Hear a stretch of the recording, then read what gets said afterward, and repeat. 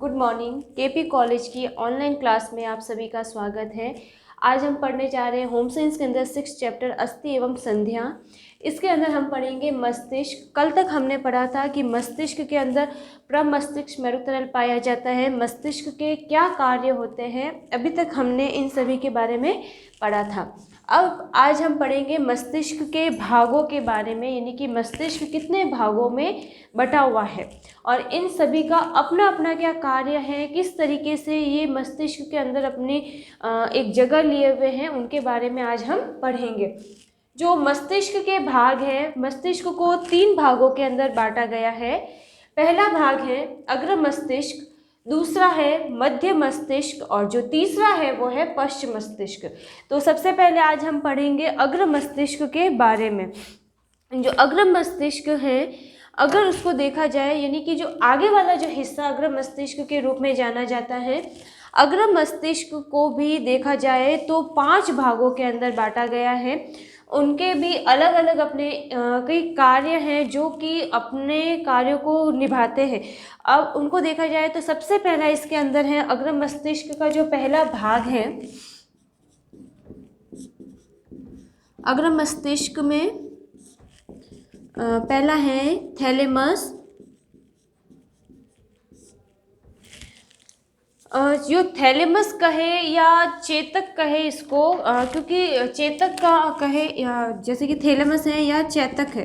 चेतक का मतलब होता है कि चेतना लेने वाला, यानी कि चेतना संवेदना भी हम इसको कह सकते हैं कि मस्तिष्क का ये वो हिस्सा है जो कि हमारे शरीर में होने वाली तरह तरह की चेतनाएं कहे या फिर संवेदनाएं कहे, उन संवेदनाओं को या जैसे सूचनाओं को ये पहुंचाने का कार्य करता है। यानी कि हमारे शरीर की जितनी भी हमें संवेदनाएं मिलती है, कोई चुभन है, दर्द है, किसी भी तरह का, तो वो सारी संवेदनाएं थैलेमस के द्वारा अग्र मस्तिष्क के अंदर मस्तिष्क के पास में पहुंचाई जाती हैं। अब अगर थैलेमस देखें तो इसका जो आकार है बड़ा होता है और ये थोड़ा अंडाकार होता है। इसमें एक धूसर पदार्थ का बना होता है, यानी कि ये सफ़ेद रंग में अगर देखा जाए तो थोड़ा सा मटमैलापन लिया हुआ सफ़ेद के अकॉर्डिंग जैसा वैसा रहता है थोड़ा ये। अब ये जो पाया जाता है तृतीय नीले के बगल में पाया जाता है, यानी कि जो हमारा मस्तिष्क है उसमें हमारे नीले की जो संरचना है उसमें जो तृतीय नल यानी कि तीसरा जो नीले है उसके बगल में, उसके बिल्कुल पास में पाया जाता है और उससे कुछ दूरी पर पीछे की ओर अवस्थित रहता है, यानी कि जो तृतीय नीले के बगल में बिल्कुल पास की ओर और थोड़ा सा पीछे की ओर उसमें पाया जाता है। थैलेमस को रिले स्टेशन भी कहा जा सकता है या इसको संज्ञा दी गई है। रिले स्टेशन इसलिए कहते हैं क्योंकि ये हमारे शरीर में उत्पन्न होने वाली जितनी भी संवेदनाएं हैं उन संवेदनाओं को ग्रहण करता है और मस्तिष्क के अंदर उसको पहुंचाने का कार्य करता है। संवेदनाएं कहे या उत्तेजनाएं कहे, उत्तेजना भी वही चीज़ है संवेदना के समान, जैसे कि दर्द है, चुभन है, कटना है, तो ये सारी जितनी भी संवेदनाएं हैं, चोट लगने की वगैरह, ये उत्तेजनाओं के रूप में भी कह सकते हैं। तो इनको एक स्थान से हमारे मस्तिष्क तक उस सूचना को पहुंचाने का जो कार्य है वो अग्र मस्तिष्क में थैलेमस का होता है। इसके अतिरिक्त ये जैसे संवेदी या भावुक प्रतिक्रियाएं जो होती हैं उनके लिए भी काफ़ी सक्रिय होता है, यानी कि भावुक जो प्रतिक्रिया क्या है, जैसे कि हमको कोई चीज़ जैसे कि बुरी लग जाती है, जैसे रोना या फिर दर्द, दुख होना, ये जो भावुक हमारे जो इमोशन होते हैं उन इमोशन का जुड़ाव भी इसी के द्वारा होता है। तो ये अभी तक था मस्तिष्क का अग्र मस्तिष्क में पहला भाग थैलेमस। दूसरा जो अग्र मस्तिष्क का हिस्सा है वो है हाइपोथैलेमस।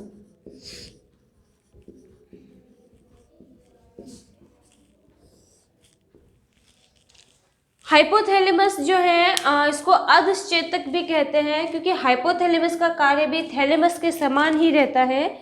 यह थैलेमस के सामने की ओर तथा पीयूष ग्रंथि के ठीक ऊपर की ओर पाया जाता है। इसका जो निर्माण है तंत्रिका कोशिकाओं के द्वारा होता है। अब जो तंत्रिका कोशिकाएं हैं उन तंत्रिका कोशिका का कार्य होता है कि संवेदनाओं को एक स्थान से दूसरे स्थान तक, यानी कि जिस अंग से संवेदनाएं आ रही है उन संवेदनाओं को ये तंत्रिकाएं हमारे मस्तिष्क तक पहुंचाती हैं। यानी कि यह तंत्रिका तंतु पीयूष ग्रंथि के पश्च पिंड और रक्त वाहिनियों के द्वारा अग्र पिंड से संबंधित होते हैं। अब ये जो इनका जो कार्य है, ये पीयूष ग्रंथि से आने वाले हार्मोन को भी नियंत्रित करती है। यानी कि जो हाइपोथैलेमस, जो हमारी हाइपोथैलेमस वाला जो हिस्सा है अग्र मस्तिष्क का, ये हमारे मस्तिष्क में पीयूष ग्रंथि जो पाई जाती है पीछे की तरफ सर में मस्तिष्क के पास, उस पीयूष ग्रंथि से निकलने वाले हार्मोन को नियंत्रण करना भी इसका ही कार्य है। इसका संबंध जो है मध्य मस्तिष्क और बेसल केंद्रक तथा ग्रांड पिंडों और सेरेब्रल कॉर्टेक्स के क्षेत्रों से होता है। अब जो हाइपोथैलेमस के जो अपने कार्य हैं उसमें पहला कार्य ये है कि ये तंत्रिका तंतुओं को सुषुम्ना शीर्ष की ओर भेजकर श्वसन क्रिया में मदद करती है। यानी कि जो तंत्रिका तंतु हैं उनको मस्तिष्क में उपस्थित सुषुम्ना जो शीर्ष है उसकी ओर भेजती है और हमारे शरीर में श्वसन की प्रक्रिया सही प्रकार से हो सके, यानी कि श्वसन की क्रिया सही से हो, उसके लिए ये योगदान देती हैं। यह जितने भी हमारे व्यवहार हैं, जितने भी संवेगात्मक व्यवहार हैं, उनका संचालन का भी मुख्य केंद्र होती है। क्योंकि अब प्रत्येक व्यक्ति में कई तरह की संवेदनाएं देखी जाती है, जैसे कि दुख होना, खुशी होना, किसी प्रकार का दर्द है वगैरह। तो ये जितनी भी तरह तरह की जो हमारी संवेदनाएं हैं, उन संवेदनाओं का संचालन करना इसका प्रमुख कार्य होता है। यह अंतःस्रावी ग्रंथियों से होने वाले स्रावित हार्मोन पर नियंत्रण करके हमारे शरीर के अंदर सभी अंतःस्रावी ग्रंथियों के कार्यों में सहायता करती है। जो हाइपोथैलेमस है उसका प्रमुख कार्य अगर देखा जाए तो ये हमारे शरीर के अंदर बहुत सारी अंतःस्रावी ग्रंथियां होती है। अंतःस्रावी का मतलब होता है, अंतःस्रावी यानी कि शरीर के अंदर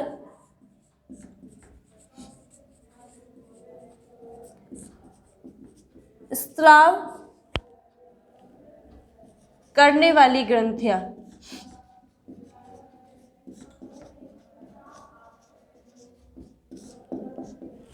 यानी कि वे ग्रंथियां जो हमारे शरीर के अंदर पाई जाती है, अंत यानी कि अंदर की ओर जो पाई जाती है, उनसे जो हार्मोन निकलता है उन हार्मोन के स्रावन में और वापस अंतःस्रावी ग्रंथियों का जो अपना कार्य है उन कार्यों के संचालन में हाइपोथैलेमस अपना प्रमुख योगदान देता है। इसको निंद्रा का केंद्र भी कह सकते हैं, इसको स्लीप सेंटर भी कहा जाता है, क्योंकि ये हमारे शरीर में नींद के द्योतक होता है, क्योंकि ये हमारी जो नींद है उसके संचालन में भी अपनी भूमिका निभाता है। यानी कि हमारे सोने और जागने की जो प्रमुख क्रिया है वो इसी हाइपोथैलेमस के द्वारा नियंत्रित होती है। यानी कि ये हमारी नींद को लेना, नींद से जगना, सारी क्रियाओं का संचालन इसी के द्वारा होता है। हाइपोथैलेमस का जो अगला कार्य है वो है हमारे शरीर के तापमान को बनाए रखने में सहयोग करता है। यानी कि हाइपोथैलेमस हमारे शरीर के तापमान को ना तो अधिक होने देता है ना ही कम होने देता है। ये हमारे शरीर में जो हमारा शरीर का जो तापमान है उसको हमेशा एक नियमित और नियंत्रित रूप में बनाए रखने में अपना योगदान देता है। ये हमारे भूख, प्यास, मोटापा आदि का भी नियंत्रण करता है। हाइपोथैलेमस ग्रंथि जो है वो हमारे शरीर में मोटापे को नियंत्रित करने में बहुत ही ज़्यादा योगदान देती है। अगर जैसे ये अपना कार्य सही प्रकार से नहीं कर पाए तो ऐसी स्थिति में व्यक्ति का जो मोटापापन है वो अधिक बढ़ सकता है।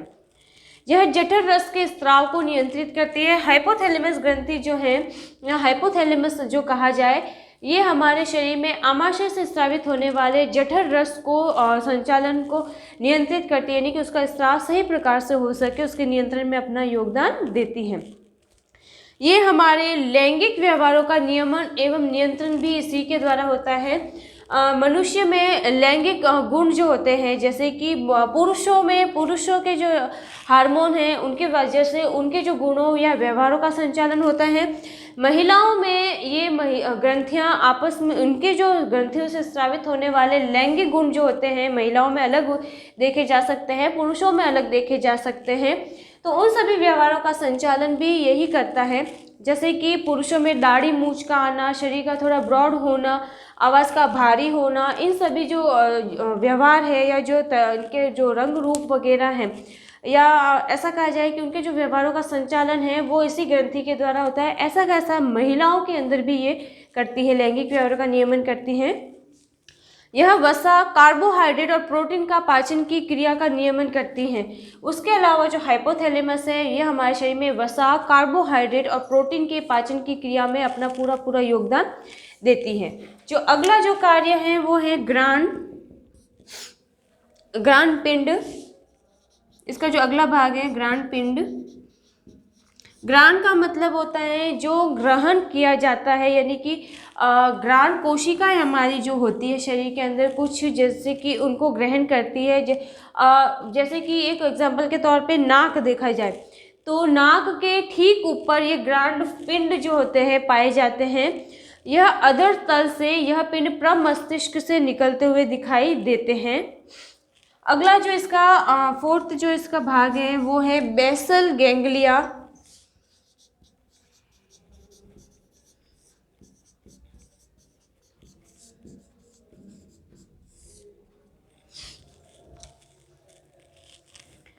बेसल गैंग्लिया प्रमस्तिष्क गोलार्धों के भीतर धूसर पदार्थ के रूप में पाया जाता है। यानी कि हमारे शरीर में हमने कल मस्तिष्क की संरचना में प्रमस्तिष्क पढ़ा था, तो प्रमस्तिष्क के अंदर बेसल गैंग्लिया जो होते हैं दूसरे पदार्थ के रूप में पाए जाते हैं। उनके अंदर इनको देखा जा सकता है। यह धारीदार भाग के रूप में दो भागों में होते हैं। एक भाग होता है धारीदार, और जो धारीदार भाग है उसको हम रेखिकाएं के रूप में भी उसको पुकारते हैं, क्योंकि उसमें रेखाएं हमको दिखाई देती है या धारियां देखी जा सकती हैं। यह भाग शारीरिक मुद्राओं को नियंत्रित करते हैं, यानी कि हमारे शरीर में होने वाली तरह तरह की मुद्राएं, या यूँ कहा जाए आसन, जैसे कि बैठना, खड़े होना, सीधे खड़े होना, झुक के खड़े होना या फिर झुकना। तो इन सभी जो हमारे शरीर की मुद्राएं हैं, जो हम अपने शरीर में विभिन्न आकारों को ग्रहण करने या तरह तरीके से हमारे शरीर को बार बार अलग अलग मूवमेंट में ले जाने के लिए करते हैं, तो वो सारा का सारा बेसल गैंग्लिया के द्वारा ही नियंत्रित होता है। कंकाल पेशी तथा असामान्य गति का नियंत्रण भी बेसल गैंग्लिया के द्वारा ही होता है। यानी कि जो हमारी असमान गति, यानी कि कभी हमारा गति बढ़ जाना, कभी कम हो जाना, तो ये सारा जो नियंत्रण है वो भी बेसल गैंग्लिया के माध्यम से ही होता है। अगला इसका जो भाग है वो है प्रमस्तिष्क।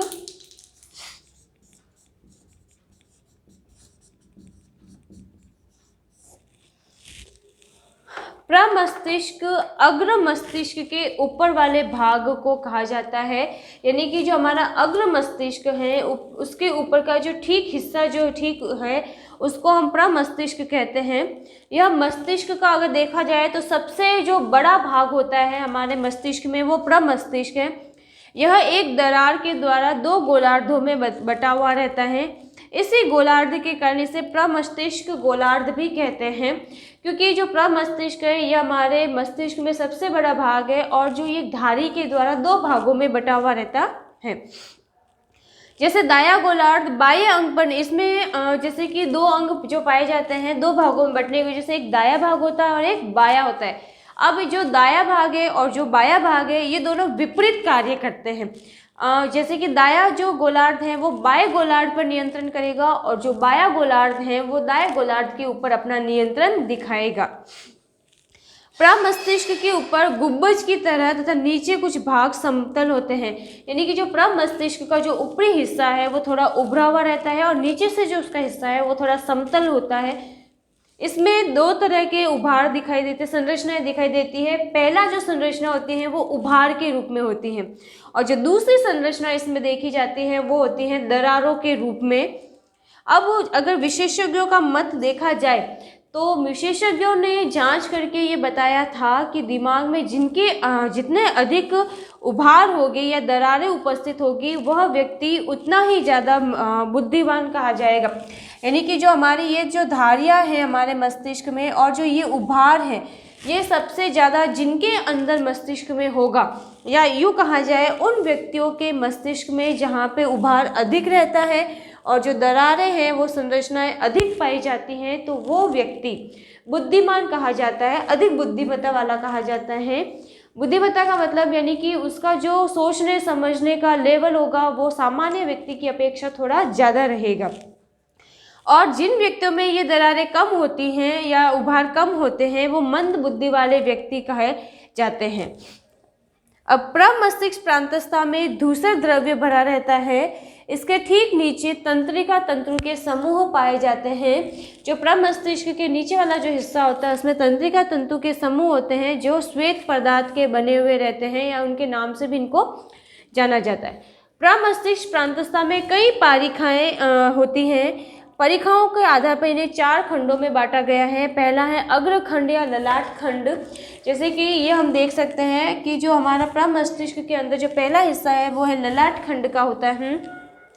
यह सामने वाले भाग को ललाट खंड कहते हैं। यह हमारी बोलने की क्रिया को संपन्न करते हैं, यानी कि जो ये आगे वाला जो हिस्सा है हमारे मस्तिष्क का उसको ललाट खंड कहा जाता है। ये ललाट खंड हमारे मस्तिष्क के माध्यम से जो हम बोलने का जो हमारा वो रहता है प्रोसेस, उस क्रिया को पूरा नियंत्रण ललाट खंड के माध्यम से ही किया जाता है।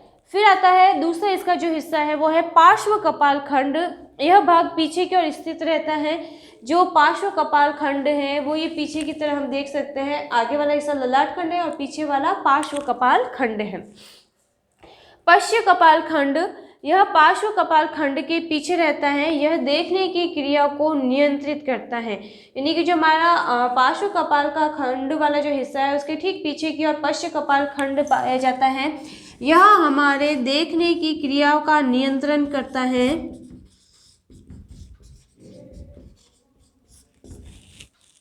उस पर नियंत्रण रखता है। जो अगला हमारा इसका हिस्सा है वो है शंख खंड।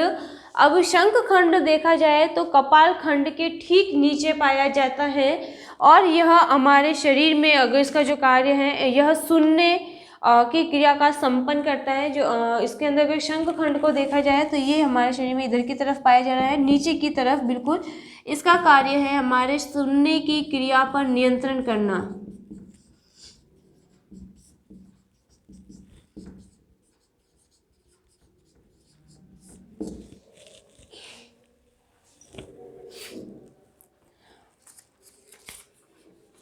तो अभी तक हमने जो देखा वो था मस्तिष्क के अग्र मस्तिष्क के बारे में हमने पढ़ा था।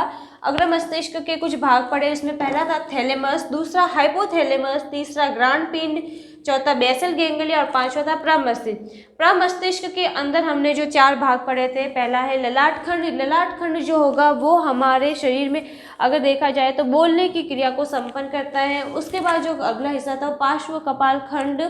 पार्श्व कपाल खंड के बाद में आता है पश्च कपाल खंड। ये हमारे शरीर में देखने की क्रिया को नियंत्रण करता है। और उसके बाद में जो अंतिम आता है वो है शंख खंड। ये हमारे सुनने की जो क्रिया है उस पर नियंत्रण करता है। अब अगर प्रमस्तिष्क की आंतरिक बनावट में अगर देखा जाए तो धूसर पदार्थ बाहर की ओर और जो सफ़ेद पदार्थ होते हैं वो अंदर की ओर होते हैं।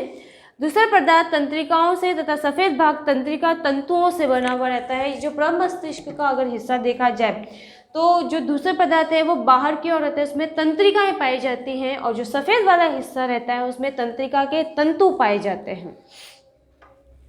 अब जो प्रत्येक खंड दूसरे खंडों से गहरी परिखाओं द्वारा चिन्हित रहते हैं। ये जो परिखाएं हैं वो भी 4 तरह की होती है। केंद्रीय पारिखी परिखा, यानी कि जो हमारा मस्तिष्क वाला हिस्सा है उसमें केंद्रीय पारिखी परिखा जो सबसे गहरी रहती है। उसके बाद में आती है पार्श्व पारिखी जो हमारे देखा जा सकता है नीचे, उसके ठीक नीचे की तरफ होती है। फिर आता है पैराइटो ऑक्सीपिटल पारिखी जो कि ये वाले हिस्सा है। इस देख सकते हैं यहाँ पे हम आराम से। अगला है सिलिवियन पारिखी जो कि सबसे नीचे वाला हिस्सा रहता है इसके अंदर।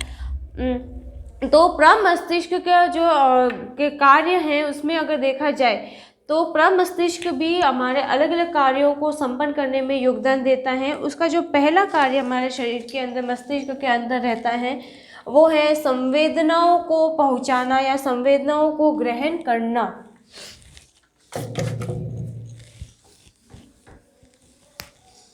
संवेदना जिसको उत्तेजना कह सकते हैं या किसी भी प्रकार का कोई भी हमको जो स्पर्श है, चेतनाएं हैं, बुरी भी हो सकती हैं, अच्छी भी हो सकती हैं, दर्द देने वाली भी हो सकती हैं, या यूँ कहा जाए सुख देने वाली भी हो सकती है। तो जितने तरह तरह की संवेदनाएं हमारे शरीर में उत्पन्न होती हैं, उन संवेदनाओं के उत्तेजन होने में और उनके संचालन में जो है प्रमस्तिष्क देखा जाए तो अपना पूरा तरीके से योगदान देता है।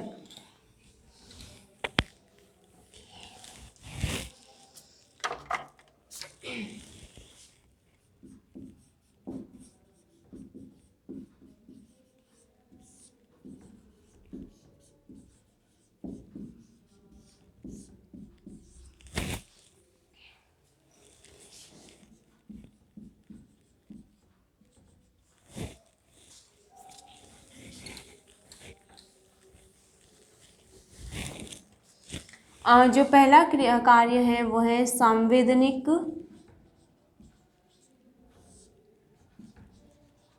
क्रियाएं।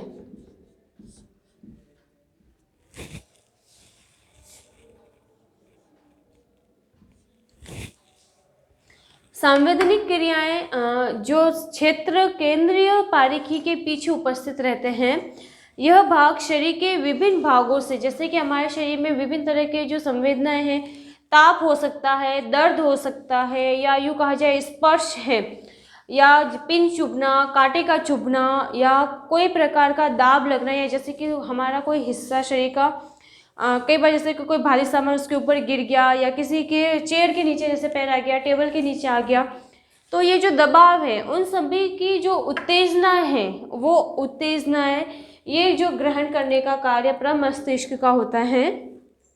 उसके अलावा सोचना, समझना, इच्छा करना, सुख दुख का अनुभव भी जो है इसी का मुख्य कार्य होता है। मानव शरीर के संपूर्ण संवेदनिक क्रियाएं जो होती हैं, अब जो हमारे शरीर में देखी जाए बहुत तरह की संवेदनाएं होती हैं, जो हम सुन के ले सकते हैं, देख के ले सकते हैं, या सूंघ कर ले, या फिर बोध करके ले, या जैसे कि बोध का मतलब होता है अनुभव करके। तो जो प्रमस्तिष्क के अंदर जो संवेदनिक क्रियाएं हैं, इनको वापस 4 भागों में बांटा गया है, जिसमें सबसे पहले की जो क्रिया रहती है हमारी, वो है श्रवण संबंधी, जिसको हम सुन के ग्रहण करते हैं।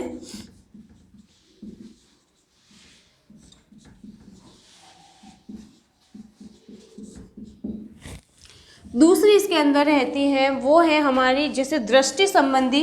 दृष्टि का मतलब होता है जिसको हम देख के कुछ क्रियाएं या कुछ संवेदनाओं को ग्रहण करते हैं। और जो थर्ड है हमारी वो है सूंघने संबंधित, यानी कि नाक के माध्यम से जो हम ग्रहण करते हैं।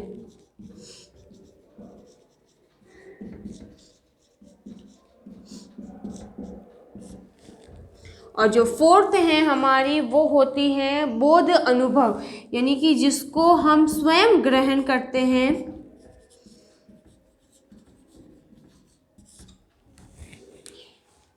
जो सबसे पहली है श्रवण संबंधी। श्रवण का मतलब होता है सुनना, सुनकर। अब प्रमस्तिष्क के अंदर शंख खंड जो होता है, हमने अभी संरचना देखी तो उसमें जो शंख खंड है उसके द्वारा हमारे सुनने संबंधी जितना भी अनुभव है उनका ज्ञान होता है। यह क्रिया कान में उपस्थित संवेदी रोम कोशिका द्वारा, यानी कि हमारे जो कान है उसके अंदर रोम कोशिकाएं पाई जाती हैं, उनके द्वारा शंख खंडों में जो सूचनाएं हैं जो कि हमने सुना, जिस भी आवाज़ में हम सुनते हैं उनको शंख खंडों के अंदर पहुंचाया जाता है। जैसे ध्वनि हम सुनते हैं वो सारी ध्वनि का आभास हमको शंख खंड के माध्यम से हमको होता है। यानी कि कोई भी संवेदना होगी, चाहे ड्रम बजने की है या सॉन्ग कहीं बज रहा है या किसी तरह का कुछ पीटने की आवाज़ है, वो ध्वनि जो होती है हमारे शंख खंड में पहुंचती है, उसी के माध्यम से हमको ध्वनि का आभास होता है। फिर दूसरा आता है हमारा दृष्टि संबंधी क्रियाएं। दृष्टि का मतलब होता है देखना। देखना यानी कि जब हम आँखों के माध्यम से कोई अनुभव करते हैं तो वो सारा अनुभव ज्ञान पश्च कपाल खंड के द्वारा हमको होता है। नेत्रों की तंत्रिका जो होती है वो प्रवास संबंधी संवेदनाओं को, यानी कि जो संवेदनाएं हम देख के स्पर्श ले रहे हैं, जैसे कि तेज धूप वाली है या ज़्यादा अंधेरे वाली है, तो वो सारी सूचनाएं क्या होती हैं हमारे मस्तिष्क तक पहुंचती है और फिर उसके बाद में हमको ज्ञान होता है कि तेज रोशनी है जिसकी वजह से हमारी आंखें बंद हो जाती हैं, अंधेरे हमको दिखाई नहीं देता है। तो ये सारा ज्ञान जो होता है वो हमको दृष्टि संबंधी जो होते क्रियाओं के माध्यम से होता है, या यूँ कहा जाए पश्च कपाल खंड के द्वारा होता है। फिर आता है सूंघने संबंधी क्रियाएं। सूंघने यानी कि इसके अंदर जो अंग कार्यरत रहेंगे वो है नाक, यानी कि जो हमारी ग्राण कोशिकाएं हैं नाक के माध्यम से हमको सूंघ कर, जैसे कि किसी भी तरह की स्मेल है, खुशबू है, उनका सारा ज्ञान इसी के माध्यम से होता है। सूंघने का केंद्र जो होता है वो शंख खंड के अंदर का जो भीतरी भाग में उपस्थित रहता है। यहाँ संवेदनाएं नाक से ग्राण तंत्रिका द्वारा पहुँचती है, यानी कि नाक के अंदर जो ग्राण तंत्रिकाएं हैं उनके माध्यम से जो सूचना है वो पहुँचती है। जैसे कि गंध का ज्ञान हमको होता है, उसी के माध्यम से हम गंध का ज्ञान ले पाते हैं। इसी तरह स्वाद केंद्र पार्श्व पारिका के ठीक ऊपर की ओर उपस्थित रहते हैं। जैसे कि जीभ पर कुछ स्वाद कलिकाएं रहती हैं, हमारे जीभ के ऊपर स्वाद कलिकाएं हैं।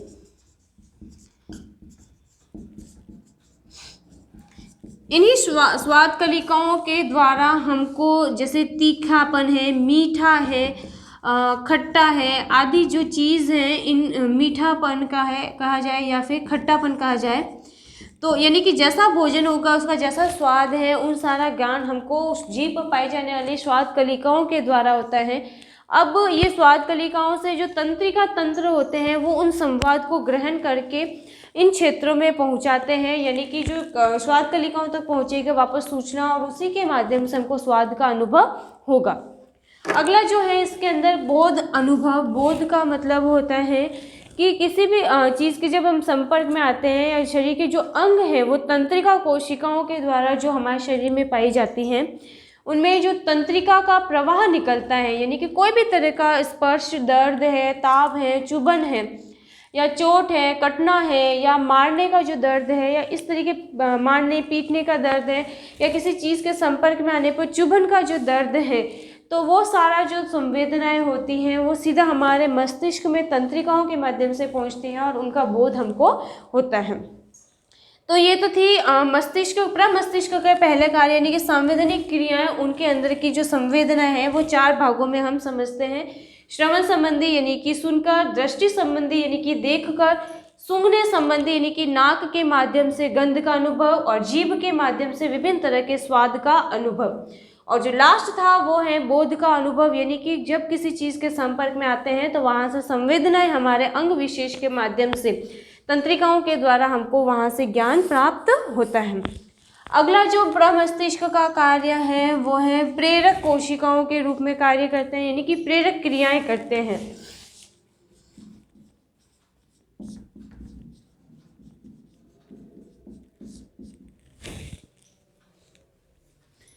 प्रेरक क्रियाओं का संचालन और नियंत्रण भी जो है प्रमस्तिष्क के द्वारा ही होता है।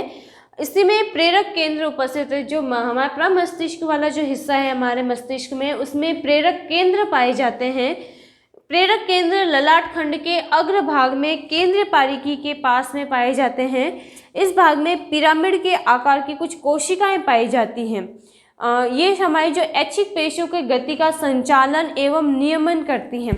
जो इनके अंदर जो प्रेरक क्षेत्र होते हैं, प्रेरक क्रियाएं यानी कि प्रेरक क्षेत्र पाए जाते हैं।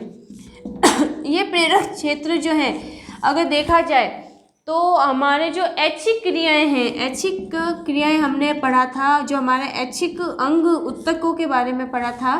तो जो ऐच्छिक क्रियाओं का मतलब जो हमारी इच्छाओं से होने वाली, जिसका मतलब है उठना, बैठना, चलना, किसी चीज़ को पकड़ना, तो इनमें जो हमारे शरीर के जो हिस्से हैं या हाथ पैर है वो हमारे के इच्छाओं के माध्यम से ही उनका संचालन होता है।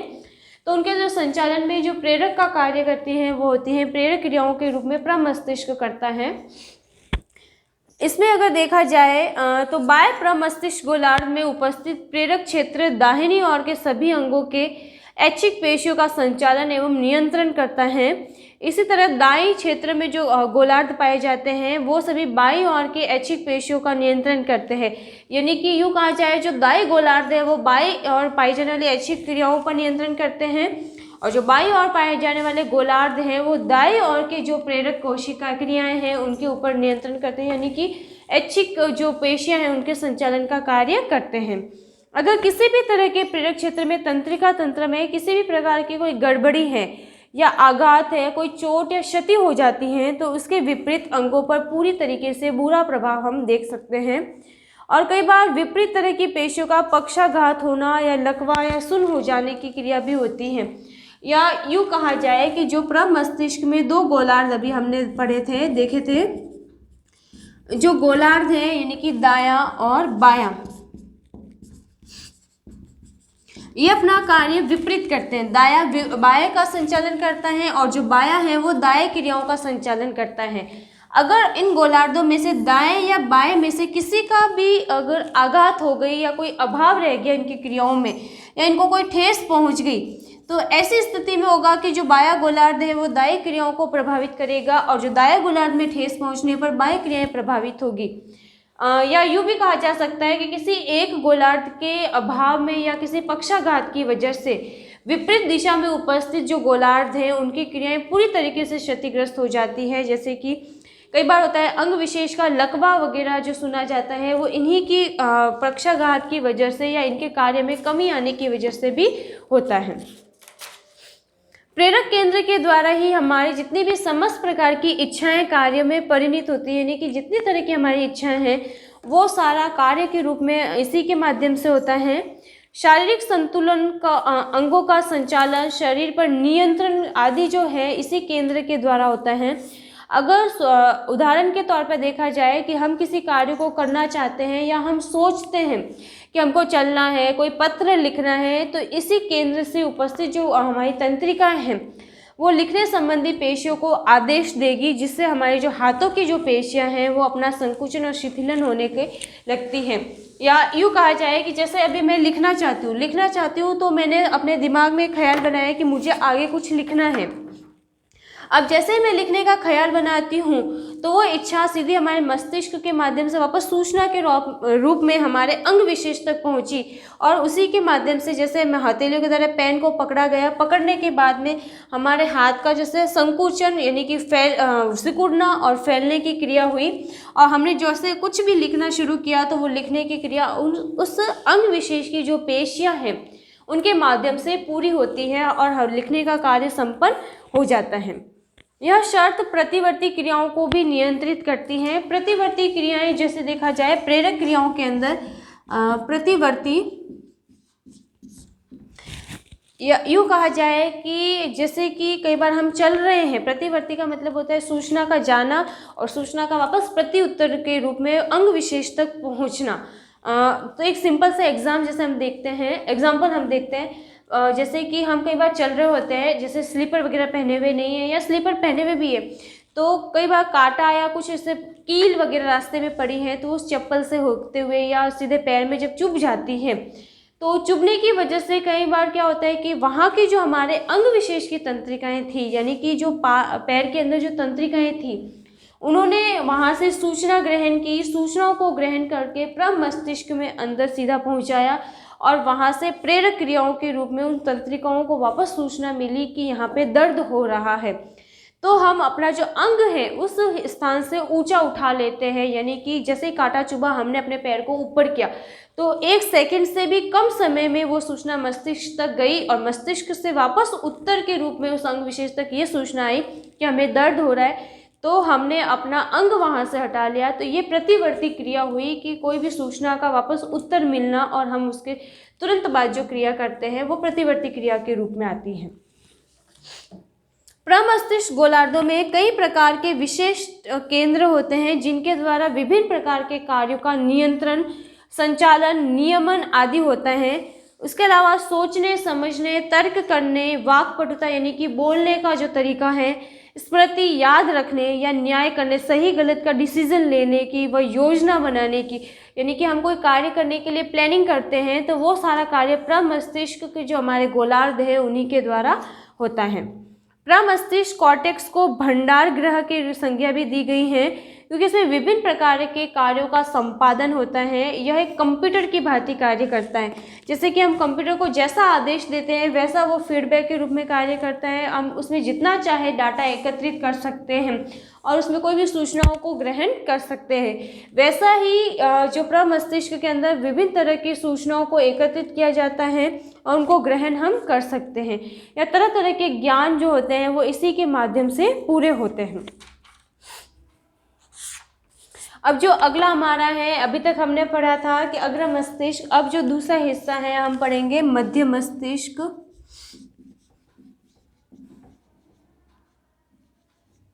मस्तिष्क का जो दूसरा हिस्सा है उसके बारे में पढ़ेंगे। प्रमस्तिष्क के नीचे तथा सेतु और अनुमस्तिष्क के ऊपर वाला जो स्तंभाकार भाग को मध्य मस्तिष्क कहते हैं। मध्य मस्तिष्क के भीतर भी नलिकाएं उपस्थित रहती है। यूँ कहा जाए कि मध्य मस्तिष्क के अंदर कई तरह की नलिकाएं होती हैं। उन नलिकाओं को मस्तिष्क कुलिया के नाम से जाना जाता है, उनको कहते हैं। मस्तिष्क के इस भाग में भी प्रमस्तिष्क मेरुद्रव पाया जाता है। यह नीचे की ओर तृतीय नीले से संबंधित रहता है। हमने पहला भी पढ़ा था कि अग्र जो मस्तिष्क है वह भी तृतीय नीले से संबंधित रहता है। मध्य मस्तिष्क भी है वो तृतीय नीले से संबंधित रहता है। मध्य मस्तिष्क के जो कार्य हैं, सबसे पहला है मध्य मस्तिष्क के ऊपरी भाग में 2 जोड़ी संवेदी केंद्र होते हैं। यानी कि जो हमारा मध्य मस्तिष्क में है उसमें 2 जोड़ी संवेदी केंद्र हैं, यानी कि 2 ऐसे संवेदी केंद्र हैं जो अलग अलग जो सूचनाएं संदेश वगैरह जो लेंगे, जिसमें पहला होता है देखने संबंधी और जो दूसरा होता है सुनने संबंधी, यानी कि श्रवण केंद्र और दृष्टि केंद्र। जो देखने की क्रिया को कंप्लीट करेंगे वो है दृष्टि केंद्र और जो सुनने की क्रिया को कंप्लीट करेंगे वो है श्रवण केंद्र। ये साथ ही साथ हमारी जो आंखों की गति पर नियंत्रण भी करते हैं। अब हमें कोई चीज़ को देखना है, मान लो हम सूरज की तरफ ही देख रहे हैं, तो सूरज की देखने के लिए जो हमारे आंखों की गति होगी उसका नियंत्रण इसी भाग के द्वारा होता है। या कहीं पे कोई साउंड बज रहा है, हमको उसको सुनना है, ध्यानपूर्वक जब हम सुनने में ध्यान लगाते हैं और वो ध्वनि हमारे कानों तक पहुंचती है तो उसका नियंत्रण भी इसी भाग के द्वारा होता है। मध्य मस्तिष्क की निचली सतह को तल कहते हैं। इसके द्वारा ज्ञान तंत्रिका प्रवाह मस्तिष्क के ऊपर केंद्रों की ओर होता है। प्रेरक तंत्रिका प्रवाह इसी रास्ते से मस्तिष्क के निचले केंद्रों में पहुंचती हैं, यानी कि सूचनाओं को पहुंचाती हैं। यह अग्र मस्तिष्क और पश्चिम मस्तिष्क के बीच का भाग होता है और दोनों को जोड़ने का कार्य करता है। जो मध्य मस्तिष्क है वो हमारे अगर मस्तिष्क का जो भाग है, अग्र मस्तिष्क, मध्य मस्तिष्क और पश्चिम मस्तिष्क, तो अग्र मस्तिष्क और पश्चिम मस्तिष्क के बीच में ये पाया जाता है और इन दोनों को आपस में जोड़े रखने का कार्य भी मध्य मस्तिष्क का ही होता है। फिर अब अगला हम जो पढ़ेंगे वो है पश्चिम मस्तिष्क। पश्चिम मस्तिष्क मध्य मस्तिष्क के नीचे की ओर होता है। इसके भी 3 भाग है, अनुमस्तिष्क, सेतु और सुषुम्ना शीर्ष। जो सबसे पहले हम पढ़ेंगे अनुमस्तिष्क, यह प्रमस्तिष्क से थोड़ा छोटा होता है। पश्चिम मस्तिष्क का जो पहला भाग है वो है अनुमस्तिष्क।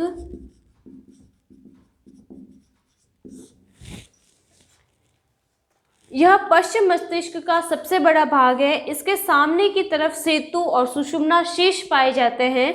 सेतु और सुषुम्ना शीर्ष अनुमस्तिष्क से चतुर्थ नीले के द्वारा अलग होते हैं। एक स्वस्थ व्यक्ति के शरीर में, अगर युवा के शरीर में देखा जाए तो इसका जो वजन है लगभग 150 ग्राम के करीब होता है। अनुमस्तिष्क में भी 2 तरह के गोलार्ध होते हैं, एक दाईं ओर और दूसरा बाईं ओर। इसका संबंध अगर देखा जाए तो प्रमस्तिष्क में आने वाली तंत्रिकाओं के द्वारा दूसरी ओर सुषुम्ना शीर्ष से रहता है, यानी कि एक और तो इनका जो संबंध है वो आने वाली तंत्रिकाओं से रहता है और जो दूसरा इनका वापस जुड़ाव रहता है वो है सुषुम्ना शीर्ष के द्वारा, यानी कि ये 2 तरीकों से जुड़ी रहती हैं जिनके द्वारा इनका संचालन होता है।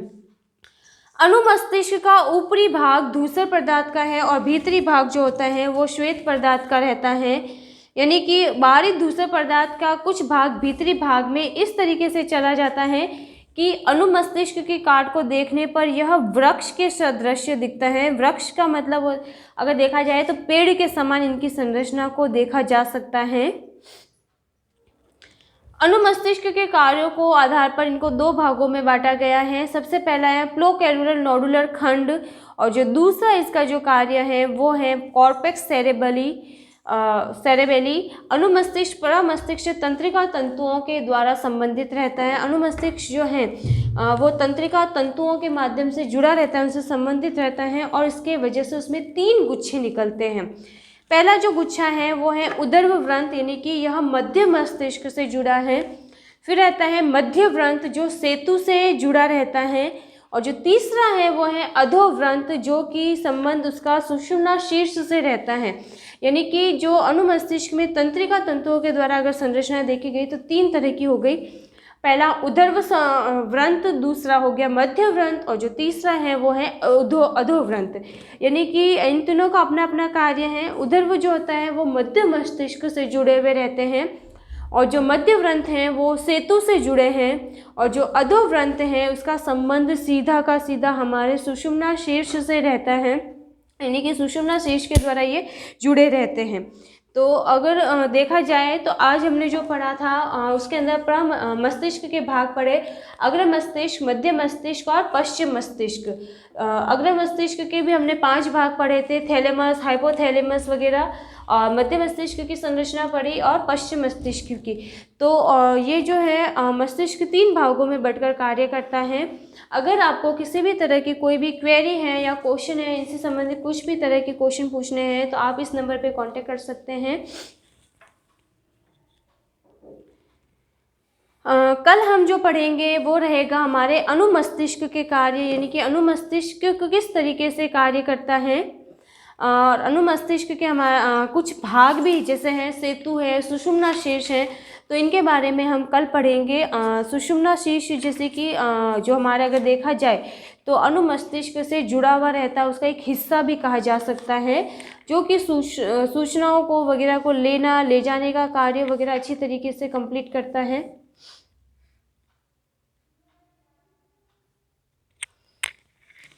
अगर अभी तक के जो हमने पढ़ा उसमें किसी भी प्रकार का कोई क्वेरी है तो आप इस नंबर पे कांटेक्ट कर सकते हैं। Thank you.